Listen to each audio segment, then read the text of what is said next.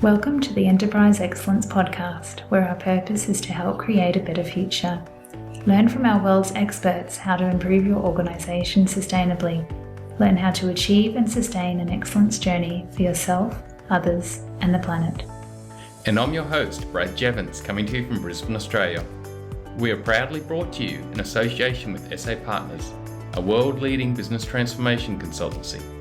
SA Partners are a truly purposeful company focused on helping organisations achieve sustainable improvement for themselves, others, and the planet. Welcome to episode 82 of the Enterprise Excellence Podcast. It is such a pleasure to have Mr Simon Elias on the show with us today. Simon's mission is to understand how lean thinking and associated schools of thought can be applied by people and organisations to improve individual and collective performance and achievement of purpose. Simon is the director of the Lean Competency Services LCS, an organisation that operates Cardiff University's Lean Competency System. Today we will explore how to develop people in lean and associated methodologies to achieve individual and collective improvement and achievement of purpose. Let's get into the episode. Simon, thank you so much for joining us today. Good to be here. Yeah, appreciate it. Simon, what's your backstory? Like, what significant moments got you involved in lean and then into the education side of lean and development? I think certainly the education side and lean came later on in my career. I started off actually as an accountant in the City of London, following a sort of economics and politics degree. But I mean, I found accountancy wasn't for me, as it is for many people, and I was looking for something different and actually went back to university and ended up doing a master's in marketing in London. That really started my fascination with customers, value, and the need to really understand customer needs and wants and value as part of any business venture.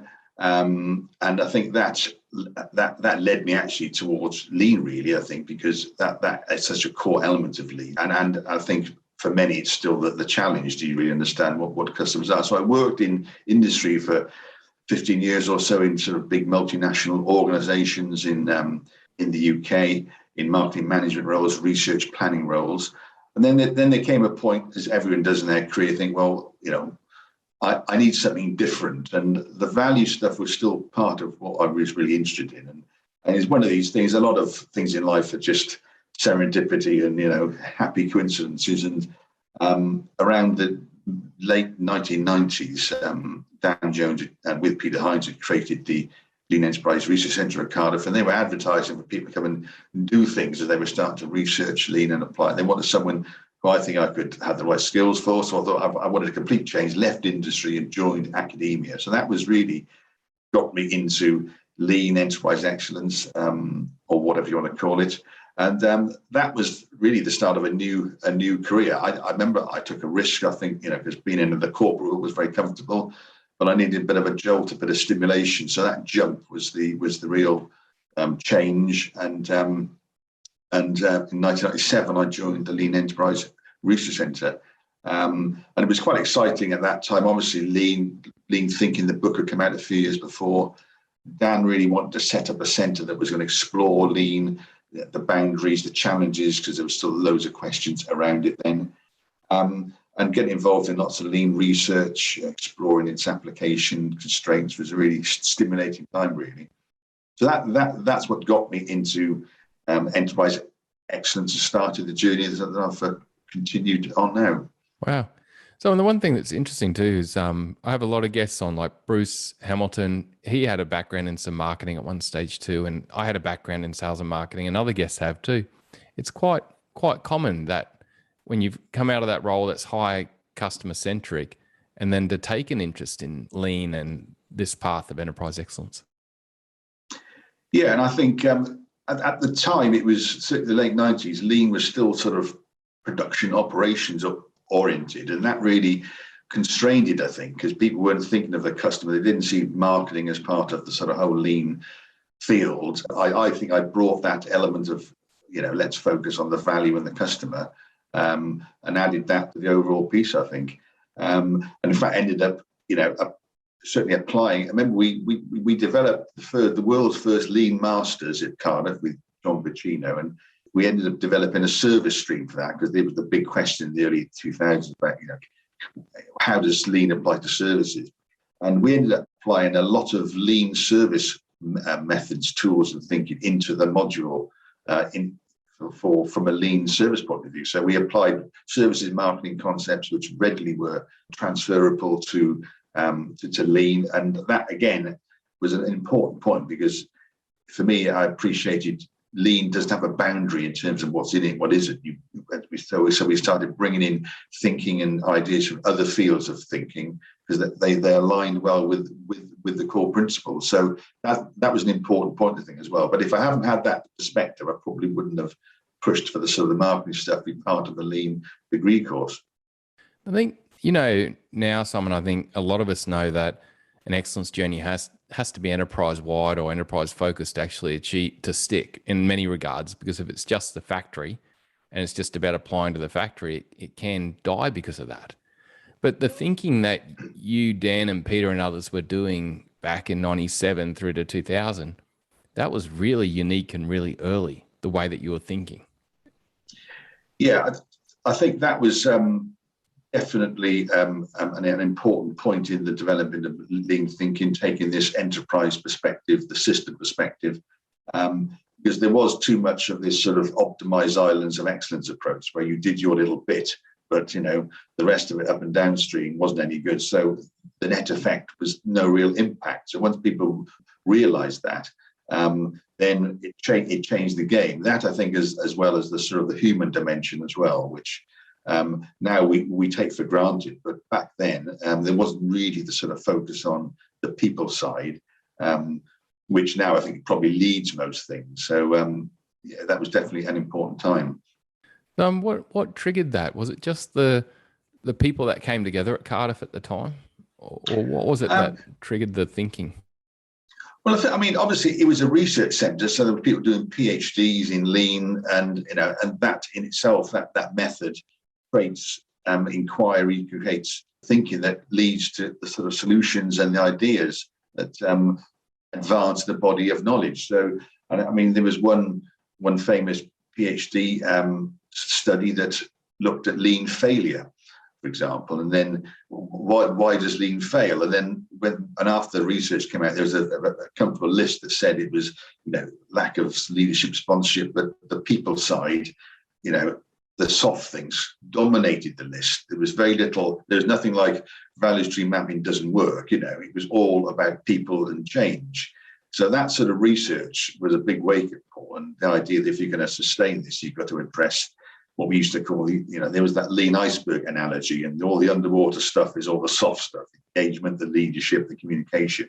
And the research was clearly pointing to, if you haven't got that right, then you can have the best processes, the best education, but it isn't going to work. So I think it was good research that uncovered the sort of issues around people and leadership that, again, led to a whole body of knowledge shifting towards that focus.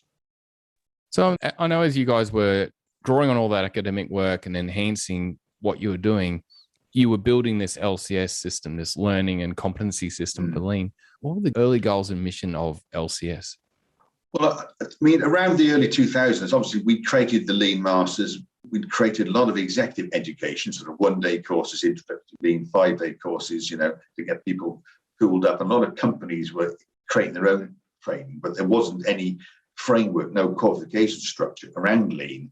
So there were just courses, which people turned up, who did them and went away. And so it became apparent then, and there was calls from our customer base that there needs to be some structure in some learning path that people could follow, some structure around which you could develop and create a portfolio of courses that would deliver the right capability. So obviously, being a Lean research centre, we were in a good position to say, well, let's sit down and try and come up with something. And a few papers were written, some research undertaken, and that led to, I think it was called the Lean Learning Ladder originally in about 2004, which was this hierarchical steps of capability that people could move up as part of their journey of developing capability, and became a framework around which an organization could start to develop Lean programs. So that's how it all started. There wasn't anything in the market. We thought we would create something. I mean, The name Lean Competency System was then sort of the branding on top of that. And we offered it up to organizations. Well, does anyone want to use this to help them create the right capabilities in people, which is the key thing, and then have some structure for individuals to develop their own continual learning, and by then it was becoming a profession in improvement. So we offered it to the market, and eventually the accreditation method evolved, and it's continued to evolve. To be honest, since about 2005 was the first accredited organisation, and the aim was with accreditation it will give you this framework to develop people the right sort of syllabus, so they were capable to go and apply the thinking in the workplace. The focus was as much on tools and techniques. In the last 15 years, it's shifted more to the human dimension of what accreditation can do in terms of, but I think the reward and recognition piece is now a big part of any Lean program. How do you address the what's in it for me question for an individual? And there's lots of things you're going to do, but one important thing, let's recognize their capabilities, let's reward them with qualifications that have got some external value. So that's become a major factor. But at the time, there was there's a vacuum there, and we were in a good position to fill it with what we call the LCS. Yeah, it's brilliant. It's so good that you've brought that structure to the market. Like I know, you can go online and there's so many odds and sods on Lean and Six Sigma and even Agile and different things. But here, what you've built is a structured, accredited, best practice approach that allows people to get credited and actually have something that's worth something with the accreditation and the university behind it. Yeah, that certainly the linkage with university is a critical value component. I mean, I would always tell people about qualifications. There's some skeptics about them, but in what field of work do you not need a qualification? And Lean is no different from brain surgery, where yes, you learn from doing it, but you still need the education and the qualification. Whether you're a carpenter, a taxi driver, a pilot, it's a question of education combined with learning on the job. But Lean is no different. So it provides that focus on getting a qualification that has some value, and we still need to be motivated to do things, and this is an important part of motivating people as well. Yeah, well, it gives some weight to it. It's a well-structured approach that's proven, and then you've also got Cardiff University, which is one of the world's top universities now behind it also, which is amazing. Yeah, I think when it was about 2012 when it was clear that we could do something more than just have it on the shelf with a lot of other stuff. But I was then director of the centre by then, been there for 15 years, ready for a bit of a change. And I said, look, there's an opportunity to take this, really, do something with it. So let's find a way of exploiting it. And then, having worked in university 15 years, it's not the place to sort of create a nimble, agile, entrepreneurial organization. So in the end, we said, well, let's take it out, create a licensed company, a company that holds the license to run it, then run it sort of independently, which is what we did. That was launched in 2014. So I've been focusing totally on this since 2014, which has obviously allowed us to grow it, refine it, add to it, and now we've got sort of pretty much global coverage, 130 organizations, from all sectors, all sizes. So it's been a really positive decision, that. And for me, it's the question: how does it add value, to organizations? And it's precisely without it, that it helps in the knowledge transfer. It helps get people engaged. It helps in reward and recognition. It does a lot of those things, the basic things. And the fact that we've got people who have been with us since the late 2009s, 2010s, who are still doing it, and keep reaccredited. I mean, it's good testimony. It actually does deliver some value, because ultimately, being with my marketing hat on, if we didn't do that, then we'd be in trouble. Yeah, that's it. What a great episode. Remember, you can go to our website, enterpriseexcellencepodcast.com/downloads to download an Enterprise Excellence Big Picture Map template that can be used to define your own way, the excellence approach for your organisation. Please like, subscribe and share this podcast to help others gain insights and create a better future. So Tom, with your background and your experience, what would you say are the important elements in applying Lean and other methodologies to help people in organizations and improve and achieve their purpose? Like we've spoken on LCS and all the work you've done there and you continue to run, but what are those key elements? Assuming, of course, they know what their purpose is, which is a big assumption, but assuming they know what it is, I'd put my marketing hat on and focus on the value side.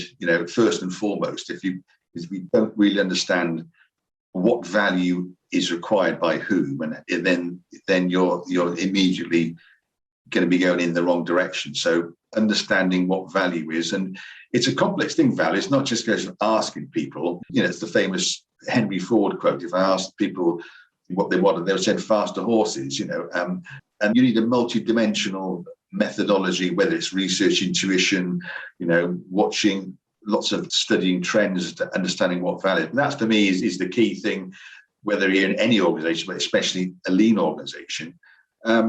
I think another one which is slightly different is understanding that the question is not, do we want to do lean or extra excellence? It's what we should say, what version do we want to do that will really suit us, right? So that assumes that at a high level, lean is a bit of a no-brainer and strategic common sense.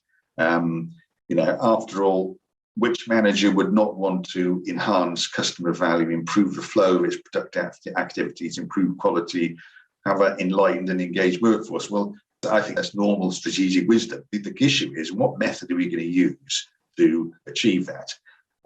When I was on the teaching front, my Friday afternoon lecture, when everyone was a bit tired, was called the Lean Fitness Analogy, which started as a bit of a joke, but it became quite a nice little piece where we likened going lean to getting fit.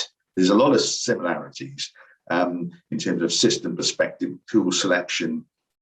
The fact that with fitness, there's no one point you get there. You're on a fitness continuum of couch potato to Ironman.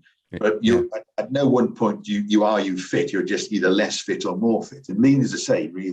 You're on a continuum of unlean to sort of Toyota, and no one point are you lean. You're just either more lean or less lean. And the other thing with the fitness continuum, it's sloped. So if you stop doing proactive fitness activity, you'll slump back towards the couch potato end. And lean's the same. Unless you actually proactively have lean behaviors, you'll become unlean. So that sort of idea that lean is about a behavioral thing, and you need to find a version that's going to fit your world, was a key thing, really. So I think, first of all, you've got to decide, yes, we're doing lean anyway. We might be doing it badly or well, but what version is going to suit us? And that's the key question. At the research centre, the phrase we used was contingent approach to lean, which means it's all dependent on your circumstances, your markets, your processes. So for me, if you don't get that right, then and I see it so often because someone's just got a narrow understanding of lean, and we'll just apply what we applied there, and it doesn't work.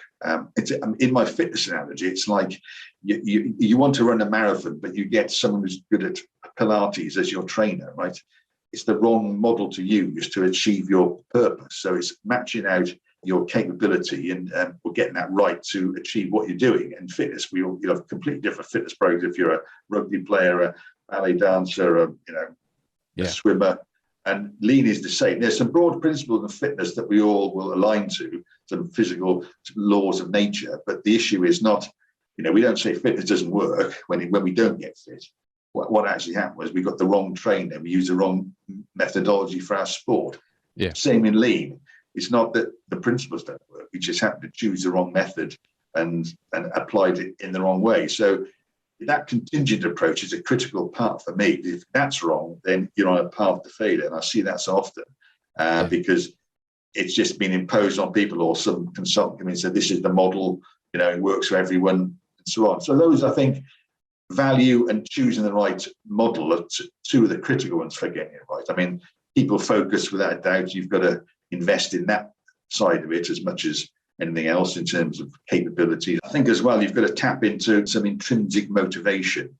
Again, one of my views now after all these years is that the leanness of an organization is the sum of the motivation of all its individuals, right?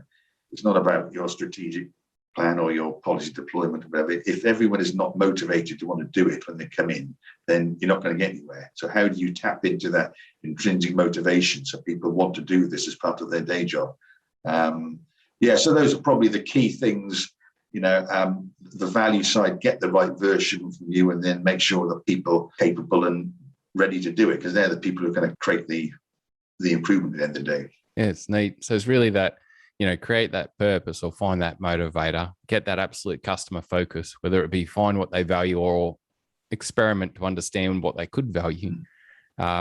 Get that approach that suits you and is more your way, and then educate and develop and coach and help people skill up.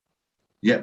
Again, if you've got a group of people in the room and said, right, we're all going to get fit, they'd all end up with a different fitness program to achieve the overall objective. And for me, Lean is exactly the same, or from an organization point of view. You need a specific approach that suits the individual organization. That's a big challenge. And I think it's one that we're still grappling with to get that right. In Australia, so it seemed like there was a whole era where consultants would come in and just purely roll out 5S. It was like Lean was just 5S, and they'd come in and apply 5S to people, and everyone would feel like their living room's being changed and their bedroom's being messed around with, because their workspace is their workspace, and it would all just fall apart. And I'm not saying that 5S is not a great technique, but boy, I saw some organizations where Lean was 5S, only 5S, and that's it. We just got to apply 5S. Yeah, I remember having arguments actually in Lurk years ago with some of my colleagues, because I was taking very much a service perspective, only really worked in services. And I said, in many service environments, 5S is like 19 out of 20 in terms of your priority. And people were looking at me and thinking, what are you talking about? Well, there's nothing physical, it's totally intangible. And, we haven't got things to put in places. We've got, and really, but that's what contingent means. You can say, well, where, for example, taking 5S, if you're in a dirty factory with machines and parts and bits and pieces and health and safety and all over the place, clearly it's a critical part of, establishing a base point. But if you're living in an intangible world of insurance claims where everything is digital, then yes, the concept you could translate to the hard drive organization of your file system. And I've seen office desks with templates where you put your rubber and your which is, I think that's where you become as one of our famous local John Seddon, who was a bit of a protagonist here, but had some very interesting things. He called them the tool heads, basically. Yeah. So it all goes wrong. I guess it's like trying to become fit and taking a dumbbell and just working with the dumbbell on your right arm. Exactly. Yeah. No. Exactly. Yeah. I have a son who just seems to go to the gym all the time, and I'm thinking, well, why? And he's old because all his mates do it. And I'm thinking they're adopting this tool head approach, sadly, but I haven't covered that with him too much. Yeah. Well, it's really insightful. What you're talking about there, that, find that motivator, get that absolute focus on the customer, and then, make it your way, and then educate and train. So while we're still on that, make it your way, have you got an example where you've seen a company really develop their own approach, their own fitness program for Lean, and then roll it out and stick to it for a long time? Is there anyone that stands out to you? I think there are lots of examples. The one from our own customer base point of view, which I say is done particularly well, is our very own HMRC, which is Her Majesty's Revenue and Customs, right? Which is the body that collects all our taxes. And they've been accredited for, over 10 years. And I remember we used to use them as a case study of how not to do it. Because they originally got a load of consultants in who just, and there's a famous example actually of 5S'ing the desk, and there was a picture in the Times of a banana. Is this banana, something in the right place on a desk or something? Because there was some industrial problems and disputes, and they were blaming Lean for it all, So good old HMRC was, it's a great example of a company it's not a company. It's an organization that, employs, tens of thousands of people. Started off in a way that everybody does, just trying something. It didn't work, but they've evolved incredibly over the past decade, and they've changed the way they do it, what they call it.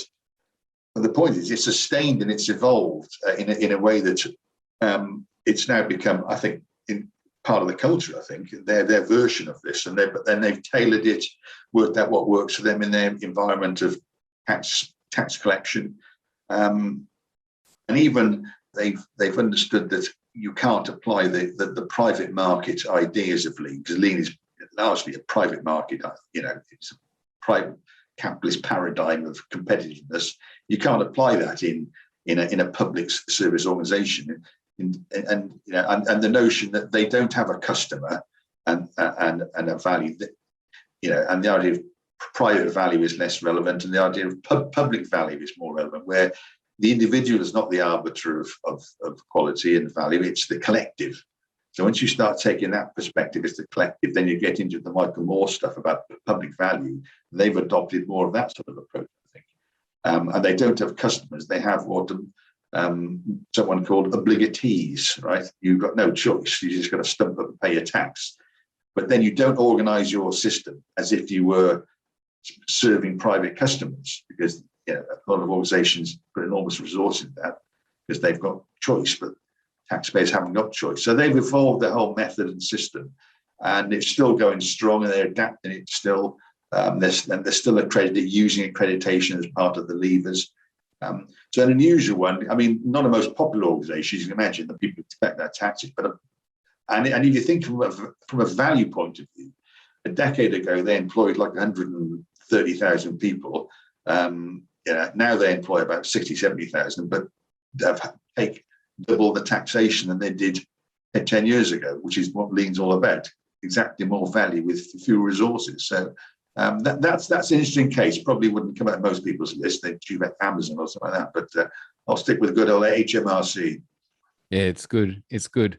I was in Amazon today in one of their warehouses, and I saw Lean being applied there. So it's another example for us. I've been through it. I've had a tour of an Amazon warehouse, and it's stunning, I must admit, the use of technology. And even little things like I was with a party of like experts, and the person said, well, how do you think we organise all this stuff? And I mean, people think about size, value, and she said, no, it's random stowage. So everything is put. I thought, what? How's that work? And you realise that logic behind it was purely sort of lean logic, I think, but it's a brilliant example. But without Amazon, is a stunning organisation from that angle. Yeah, it is, and there's been articles in Australia where people have knocked their culture, but I saw nothing but a high energized, go get you type culture where everyone was engaged and at it. Yeah. It was impressive from all fronts, impressive from culture and impressive from systems too. Yeah, and they do put a lot in education and training as well, which I could see when I was there. It's quite a big part of what they're doing. So yeah, I think you're right. They often get a bad press. They develop their people and they grow their people. It was impressive. Yeah. So with the fifth element we spoke about, which is then training and development. Of course, your knowledge and the people you worked with are, the greatest in relation to purpose, getting that focus on customers, helping companies build their way and take their approach. But LCS is also so much about just being able to develop and then accredit and help people grow. And a company that I've worked with, the Winston Group or Signet, that has their own approach, they get accredited through LCS. So you accredit them for their yellow belt, their base training through LCS. But with LCS, what stops organizations sustaining accreditation and doing this critical path of having a well-structured, certified approach with good backing to keep developing their people?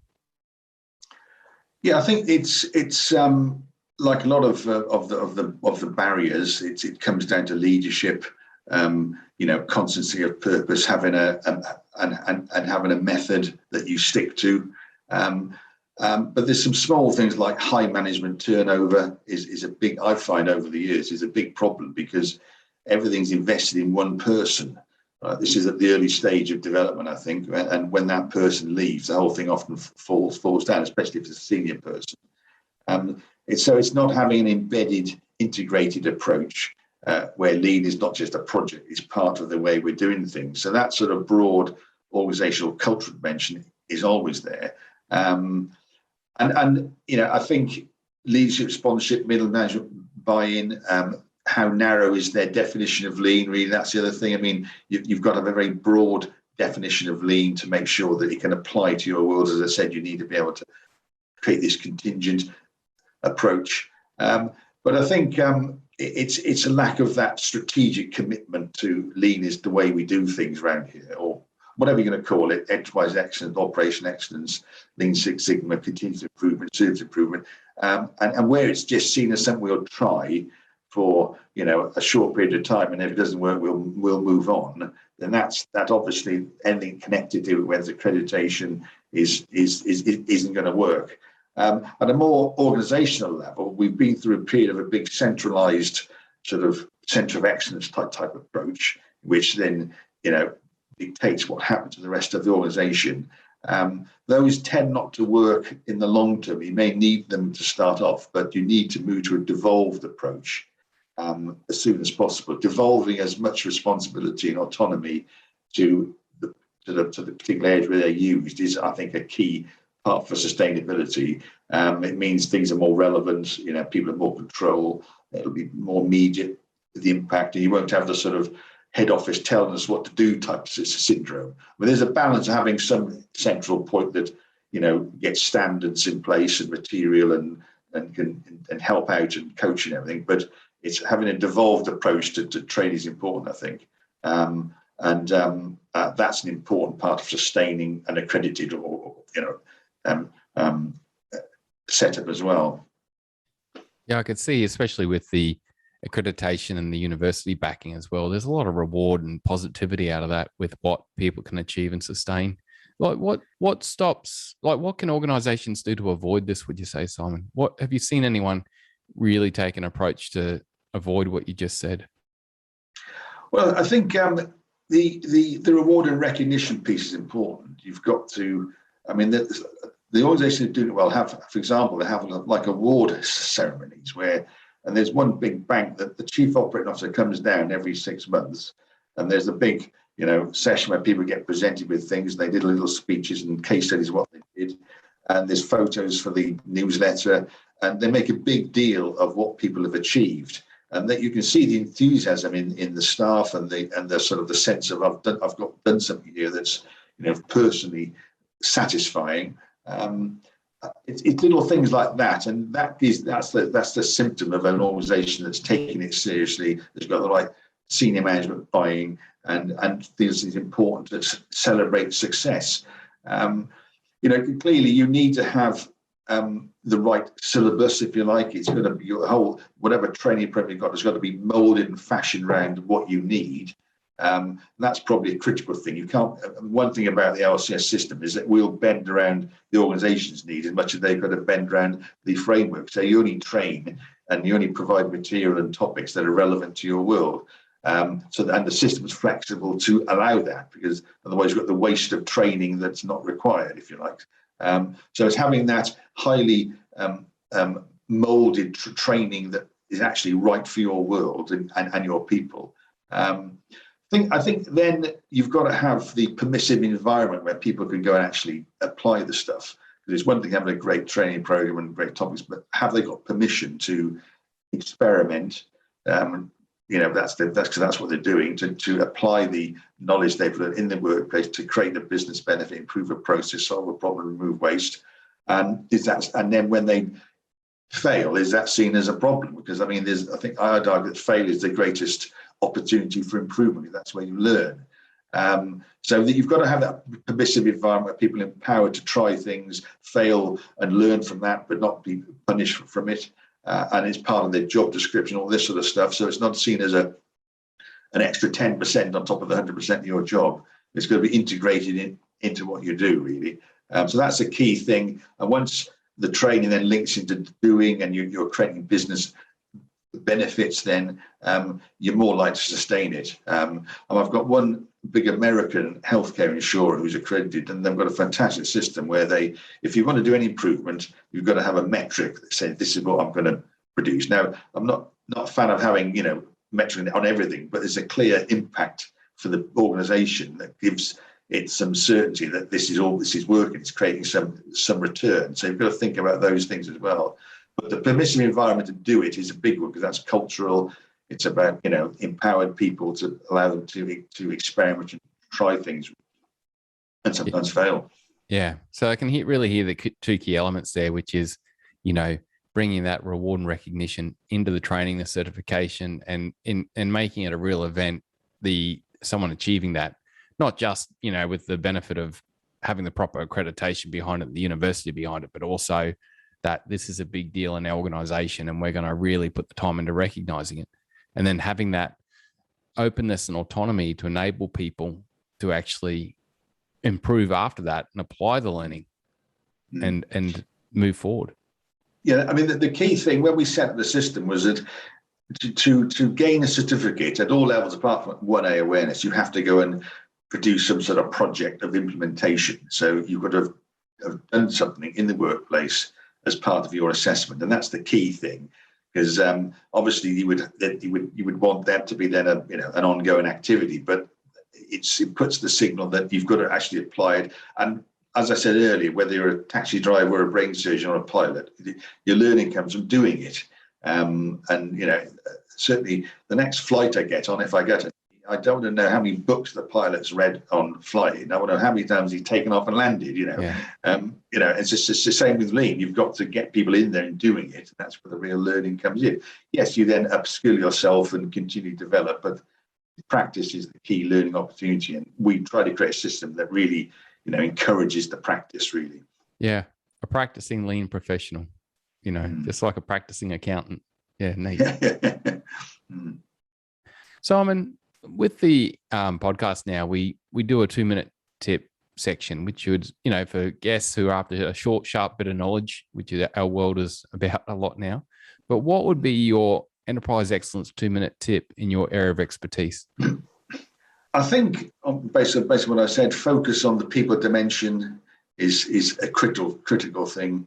You've got to find ways of encouraging, incentivizing people, to want to do this, tapping into this intrinsic motivation. And there are lots of things available to do that, I think getting people to understand process thinking, scientific thinking, that's the basis.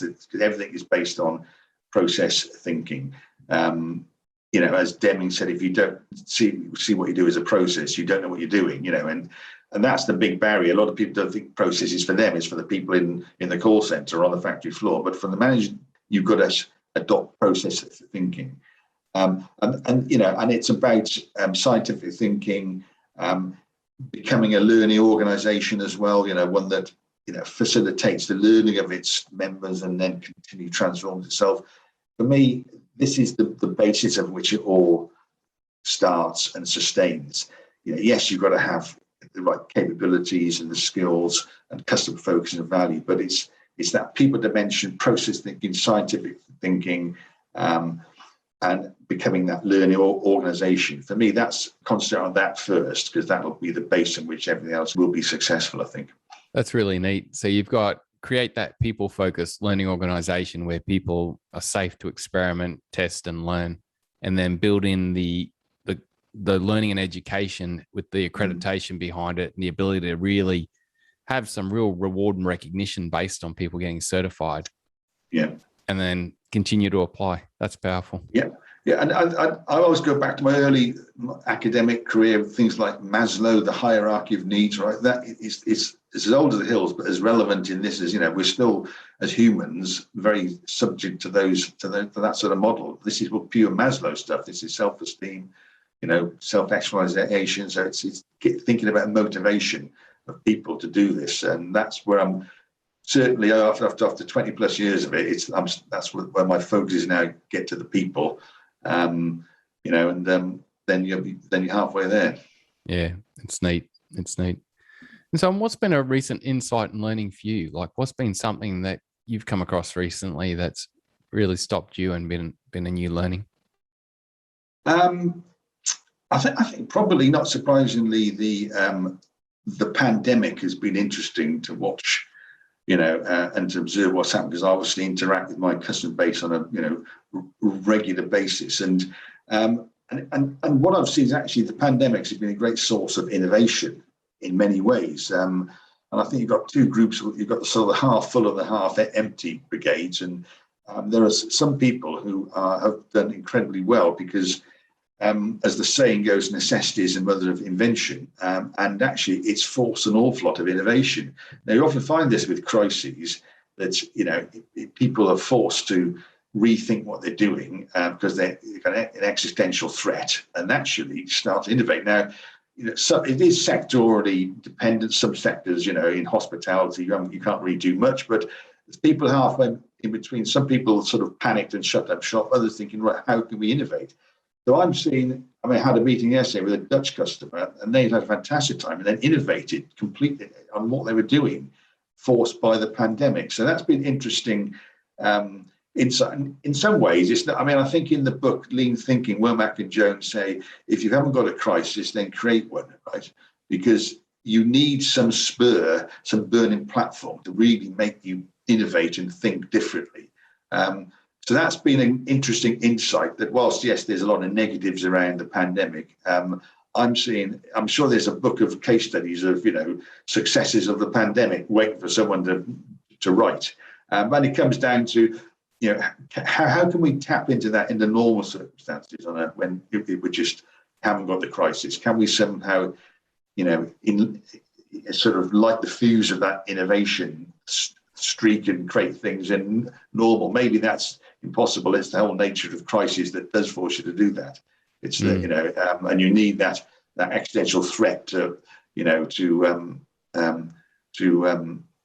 create that sort of that spur of innovation. But that's, for me, has been the interesting observation over the past 18 months or so. Oh, it's certainly been amazing. It's been amazing seeing how companies and people have innovated and completely altered their businesses.